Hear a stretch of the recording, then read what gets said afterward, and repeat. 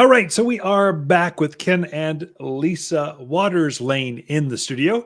She comes each week with your garden question. Just what are people talking about in your neighborhood? And then we just share that together. So welcome to the studio, Lisa. Thank you. First week in December. There's only like, what is that?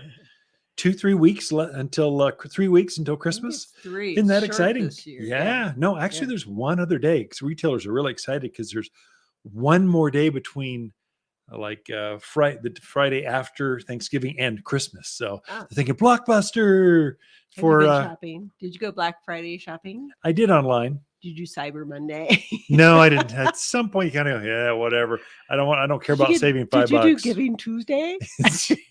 I know, isn't it nuts? It's just it keeps going on and on. What I'm trying to do is delete all the text messages and emails and alerts saying you should be shopping with them. Going, don't bother me. If I'm interested, I'll come find you.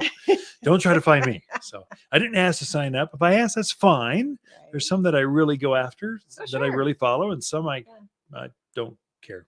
Yeah. Anyway, yeah, I've got you all. You're all wrapped up. All the stockings are all Is that a done. pun? I'm all wrapped up. You are. Mm-hmm. Wait till you see it. Wait till you see yours. You will Mm. be happy. Oh, will I be giddy or just happy? Probably. Yeah, Really? you'll probably be giddy. I've got a new Ford Bronco No. coming in the driveway Christmas Day.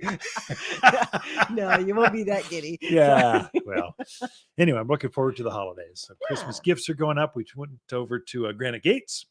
Got your Mhm. parents their tree, their wreath, they were just excited to have Oh yeah. Christmas in their like rooms. Their new place. Yeah. So we got it all decorated, got the Christmas stuff up there, and we did ours here. Yep. For the most part. Outside's So not we're quite good. done. I gotta Not quite done. We'll get there.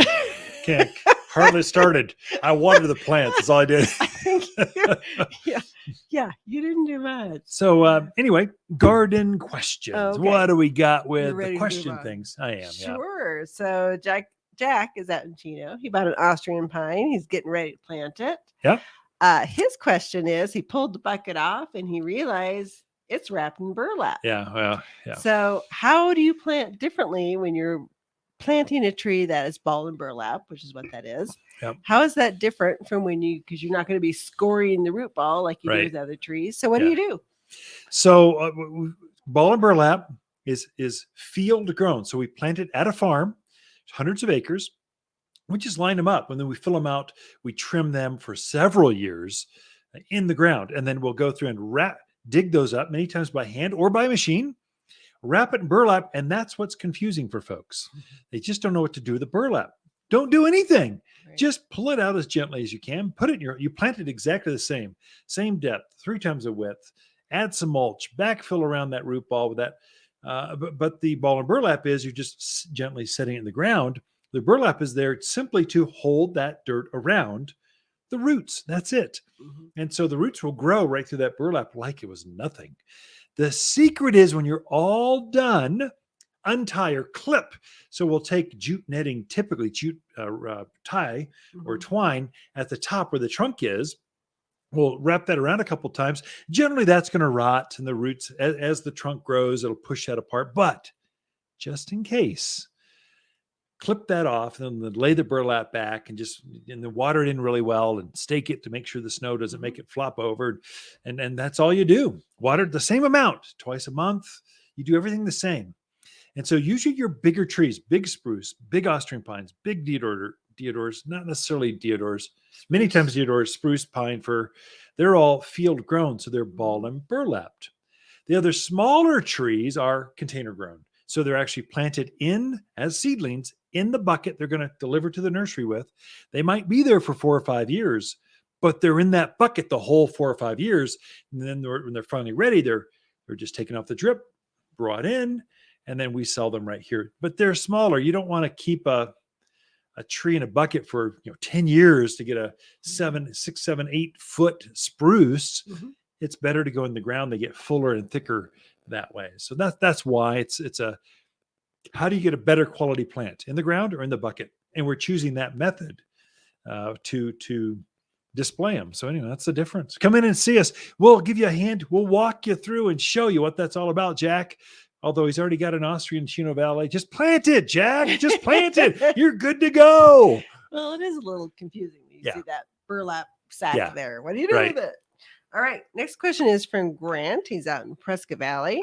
He's planning ahead. Yeah, Love right on, gardeners. Grant. They're always planning ahead. That's a gardener for you. So, new property next spring wants to put in fruit trees. So Yeah, his nice. question is, in this area, what are the most reliable fruit trees for giving you fruit? Right. So it can be tricky. Mhm. And you get all this garden content from all over the place, and none of it's right when you're doing a search. That's why you tuned into the Mountain Gardeners right here. Your friends, Ken and Lisa Lane, your backyard neighbors. Here's what we've done. It'll work for you too. The question is going to be: is Prescott Valley different than Prescott? Different than Chino? Different than Paulden? Different than Sedona? Different than Hillside, Skull Valley? We're all the same. You just don't want those desert varieties. There's certain varieties that need a lot of chill hours. They need a lot of cold before they start to erupt into bloom. Those are going to be your apples and pears are the most reliable because they take the most chill hours before they start to bloom. So they're the last ones to bloom and start to fruit in spring. So you're out of that risk of frost. The ones that are most likely, the first ones to start to bloom are apricots and nectarines, a few plums, but basically those varieties. They'll be about a month ahead of apples and pears. So you want the latest possible blooming of all the apricots. So that's Tilton's, Chinese apricots, Mormon apricots. Those are the better ones, frost and nectarines. Go with those. It's because they're more likely to fruit. You want to stay away from your desert varieties. If it's some of your desert varieties need 200 chilling hours, and then they bloom. Well, that's great for the desert. Up here, 200 chilling hours, it's starting to bloom in January. You got 3 months of frost. Guaranteed it won't damage the tree. It'll take the fruit. So we'll start shipping our fruit trees, it's end of January, February. We'll start shipping as soon as we can get into those fields. The rains start to affect when we can go into the fields and harvest plants. And so as soon as those tractors and the equipment can get in there without destroying the fields, we'll start. And that's usually January, definitely by Valentine's. We're starting to go full court press, fill the garden center up. It's a great time to choose fruit trees. You want to get them in as soon as you can before they wake up for spring. So if you can, plant them January, February, March, April, before May. If you can, we're so mild, but if you can get them before they wake up, there's less transplant shock. So I guess going back to Grant's question, apples and pears most reliable, then peaches and cherries, then it would be plums, then it would be apricots and nectarines. There you go. There's the list. The varieties, there's too many to choose from. That was a long answer. Sorry. And we don't even have very many fruit trees. And not even good. Another month and a half. We'll have hundreds of fruit trees. But thinking ahead. That's awesome. I love That's what you gardeners. need They're to always do. optimistic. That's right. I'm trying to see if we have enough time. I can't. Got a minute? Go for it. One All more right. question. All right. This is from Linda. She says, my pines seem to be full of aphids. Yeah. Everything there is clear, sticky stuff everywhere. Basically, question is, do I need to spray? Just wait for cold. And then what should I spray with if I spray? Yeah, that's from Linda. Is that who that was? Linda. Hey, Linda. Yes, you need to spray. You've got bugs eating the life out of your plants. Of course. Don't wait. They'll suck the life. They'll cause tip damage. They'll affect your new growth for the buds. They'll affect next spring's growth. Pray for like 14-degree weather. That will obliterate them. But until then, spray them with Sayonara, triple action. There's all kinds of stuff soapy water. Don't just spray water.